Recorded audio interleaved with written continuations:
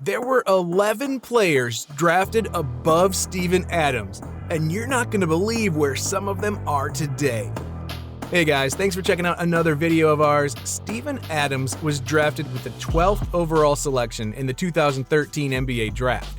In today's video, we're going to be talking about all 11 players who were drafted ahead of him and talk about how their careers ended up. Were they with one team their whole career, or did they bounce around to numerous teams? Maybe they won a championship. We're going to get all those answers, so stick around to find out which player was the most successful and to see who was drafted number 1 overall that year. We'll start with the guy drafted right before him at number 11 overall, and that's Michael Carter Williams. Carter Williams was ranked as one of the best point guards coming out of the draft. He was so highly ranked that the Philadelphia 76ers thought that he would be worth the lottery selection.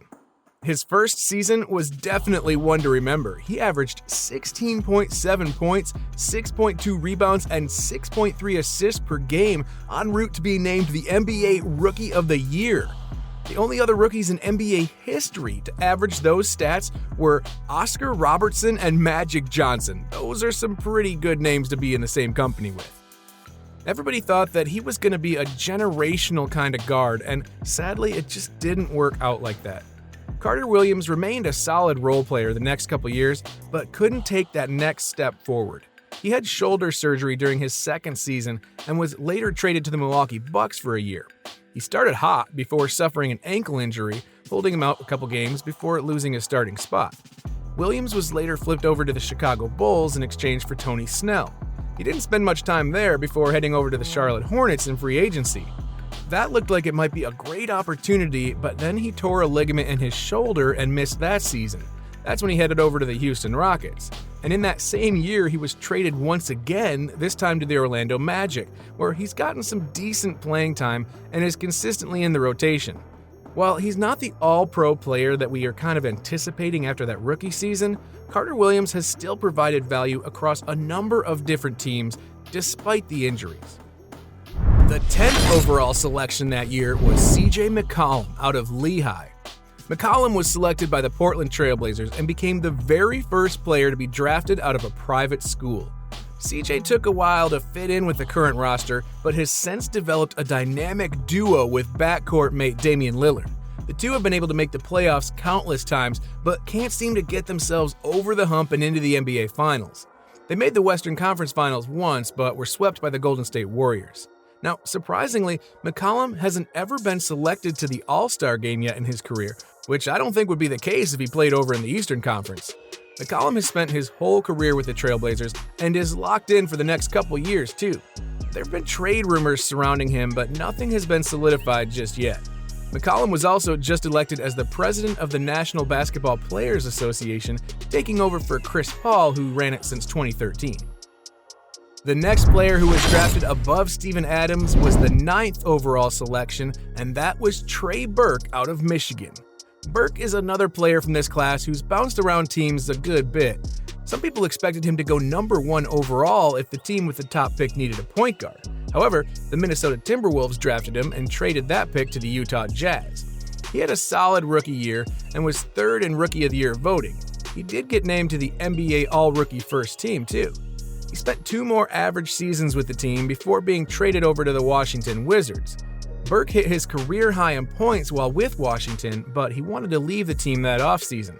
He actually came to an agreement with the Oklahoma City Thunder that year, but then changed his mind and remained a free agent. That gamble didn't really pay off, as he then spent time playing for the New York Knicks G League roster.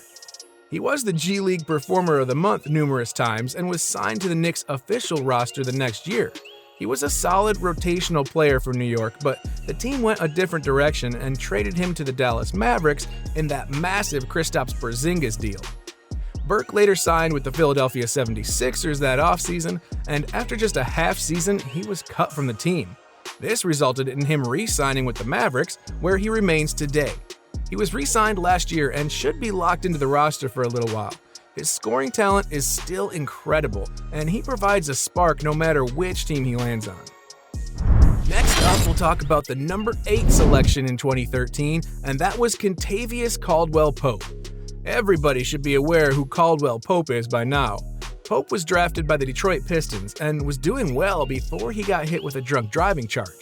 That little incident allowed the Pistons to feel good about letting him walk when his rookie contract was up, and that's when he signed with the LA Lakers. He wasn't ever a superstar, but was definitely a needed role player, and he was one of the best three-point shooters on the floor at all times. He even won a championship with LeBron James and Anthony Davis just 2 years ago, and he'll always be remembered for wearing an ankle monitor during a game. This past offseason, he was traded to the Washington Wizards in the Russell Westbrook trade, and he could remain a significant role player despite all the memes about him. Now we're moving on to the 7th overall selection in 2013, and that was used on Ben McLemore. McLemore is another player in this class who sadly bounced around from team to team despite an incredible ability to knock down three-point shots. The Sacramento Kings took a chance on him in this draft and held on to him for 4 seasons. He did get his rookie contract extended 1 year, but eventually left the team on his own terms. He signed with the Memphis Grizzlies on a multi-year deal. He didn't get as much playing time as he'd hoped in those 2 years, though, being sent to the G League at one point that year. It even resulted in him being traded right back to the Kings. The only problem was that they waived him a couple months later. He went to the Houston Rockets instead and actually had a few incredible games before again being waived in the offseason. Now we head towards the present, and McLemore spent last year as a member of the Los Angeles Lakers to provide some much-needed outside shooting.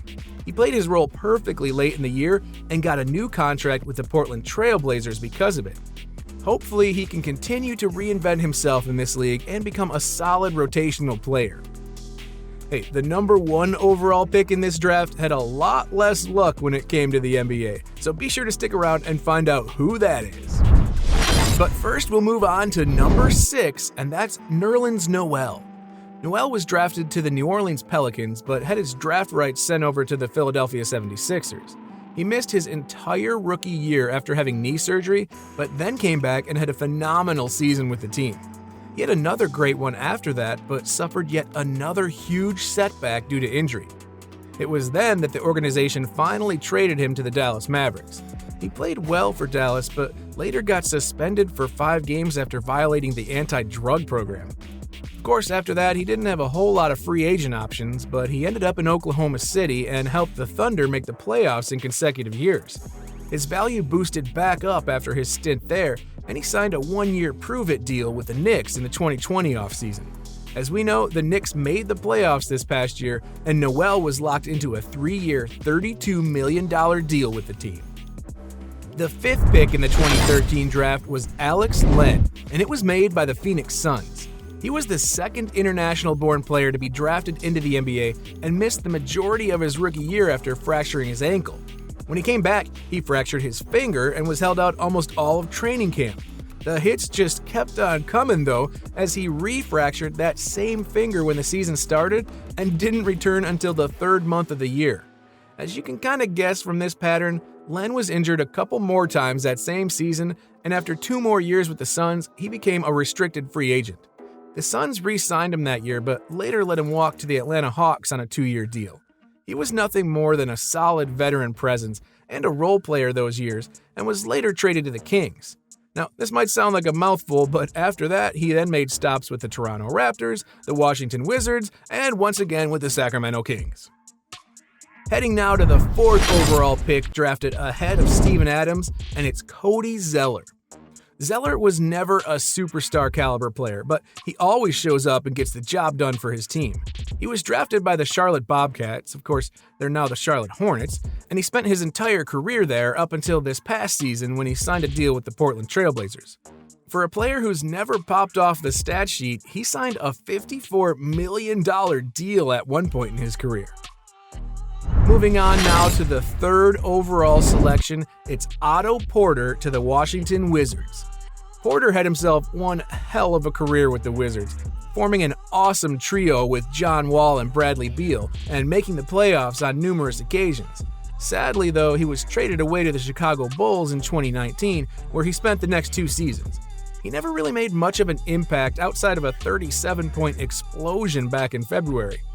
A couple months after he had that game, he got traded again to the Orlando Magic. But he really wasn't involved in the game plan for much of that season, and he didn't spend a lot of time down there in Florida.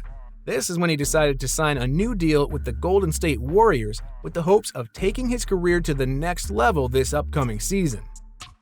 Now we've got the number 2 overall pick in 2013, Victor Oladipo.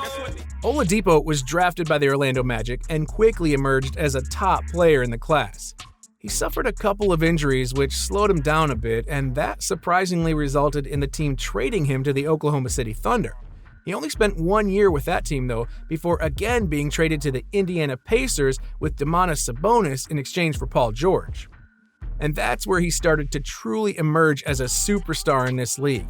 He took the Pacers to new heights before suffering a ruptured quad tendon. He remained in and out of the lineup for the next few years and then was traded to the Houston Rockets. He wanted to sit out the year, but did get some playing time when he chose to come back. He clearly wasn't a good fit there though, and he wanted to get traded to the Miami Heat and was eventually sent there. He's still trying to get back on track though from that injury.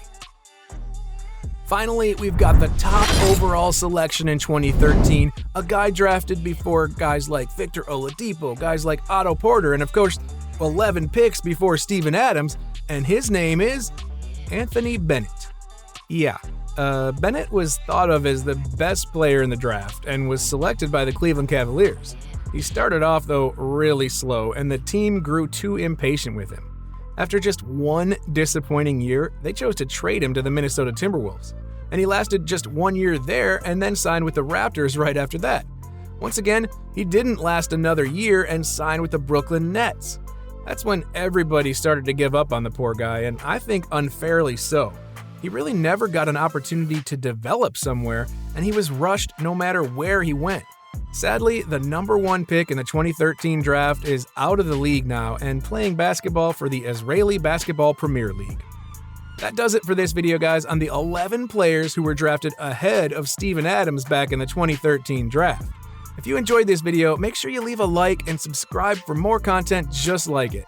Hey, and check out this video, 6 heated Steven Adams moments, next.